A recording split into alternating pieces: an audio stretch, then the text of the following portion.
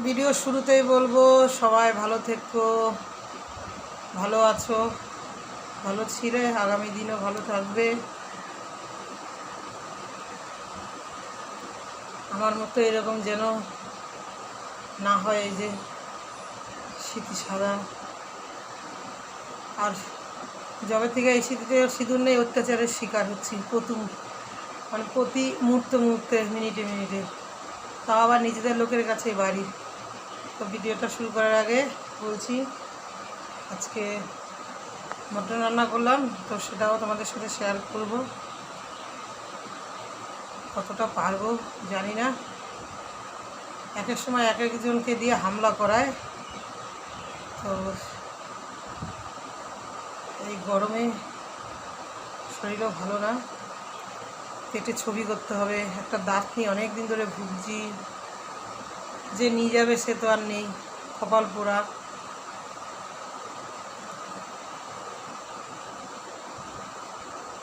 এইবারে যাব একটু রান্না করে, তারপরে চাল কালকে বৃষ্টিতে ভিজে গেল। রেশনের চালটা খুব ভালো চাল আসে, আবার কখনো খুব খারাপও আসে, কিন্তু আগে রেশনের চালই খাওয়া হতো। এখন কিছুদিন ধরে চালটা জমিয়ে রাখি, যে বেশ ভালো ফ্রেশ চাল মুড়ি ভাজবো। কীভাবে মুড়ি ভাজে আমি জানি, আমি দেশের বাড়িতে দেখেছিলাম, তো সেটা আমার মনে আছে। তখন বড় হাঁড়িতে বালি দিয়ে চালটা আলাদা ভেজে করতো, কিন্তু এখানে আবার দেখেছি ইন্ডিয়াতে যে ছোট ছোট জায়গায় বেশ সুন্দর চাল যেরকম আমরা ভেজে খাই, তো সেরকমভাবে মুড়ি ভাজে। তো আমি দেখলাম এইটা একেবারেই সোজা, আর ওটা বিশাল কঠিন ছিল, যেটা আমার মা ঠাকুমার যেটা আমরা দেখতাম বা আশেপাশে ভাজত। তো ভিডিওটা তোমাদের জন্য করছি, সাথে থেকো, সঙ্গে থেকো।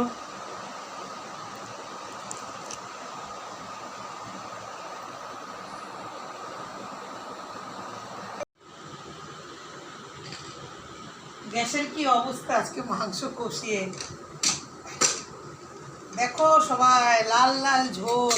আরে ক্যামেরাটা নিচু করো, দেখো কাঁচা লঙ্কার ঝোল। শুকনো লঙ্কা দিয়েছি একেবারে নামমাত্র, শুকনো লঙ্কা খাওয়াই হয় না। এই যে যত কষাবে তত পোড়া লাগলে চলবে না, ঝোলটাকে ভালো করে কষালে। টমেটো দিয়েছি, এই লাল হয়ে গেছে। আর এখন প্রচণ্ড গরম বলে আর ভিডিওটা রান্নাটা তোমাদের সাথে শেয়ার করতে পারিনি। এবারে তোমাদের সাথে আজকে জমিয়ে খাওয়াটা শেয়ার করব। ঝোলটা একটু পাতলা মনে হচ্ছে, কেন প্রেসারে ছিল তো গরম, তাই।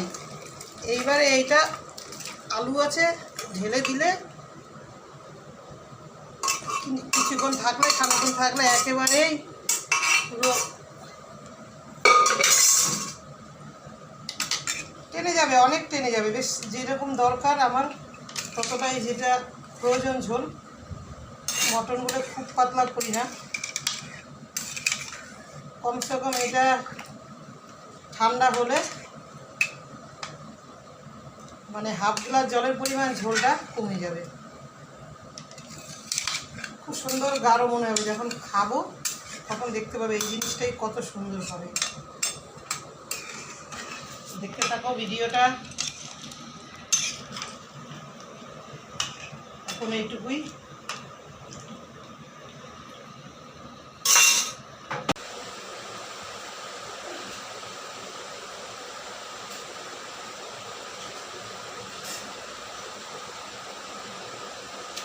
হয়ে গেল ঝাল ঝাল লাল লাল মটন। এইবারে যাব একটু, যে চালটা ভিজে গেছে, রেশনের চালটা একটু রোদ্রে দিতে যাব। রান্না বান্না হয়ে গেল, কমপ্লিট।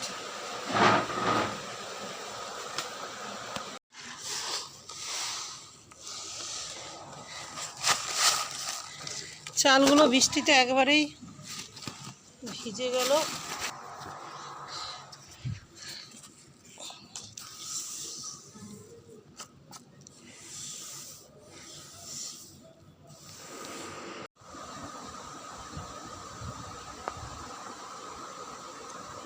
যেই চালটা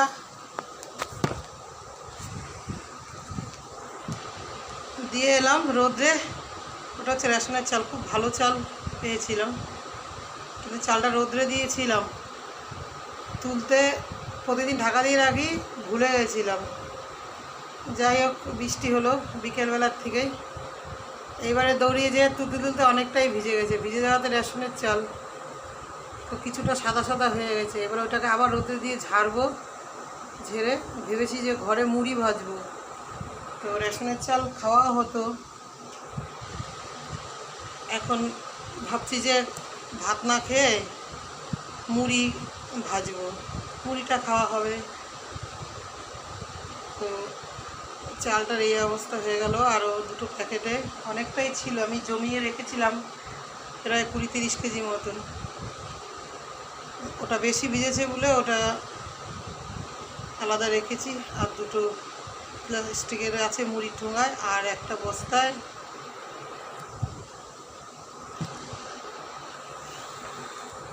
হ্যালো গাইস, দেখো যখন ঢেলেছিলাম তখন বলেছিলাম, দেখো এখন কত সুন্দর একেবারে, দেখো ঝোলটা কত গাঢ় হয়ে গেছে। আর তখন পাতলা জলের মতো ছিল, বললাম না প্রেশার থেকে ঢেলে একটু কড়াইতে রাখলে কত সুন্দর হয়ে গেছে।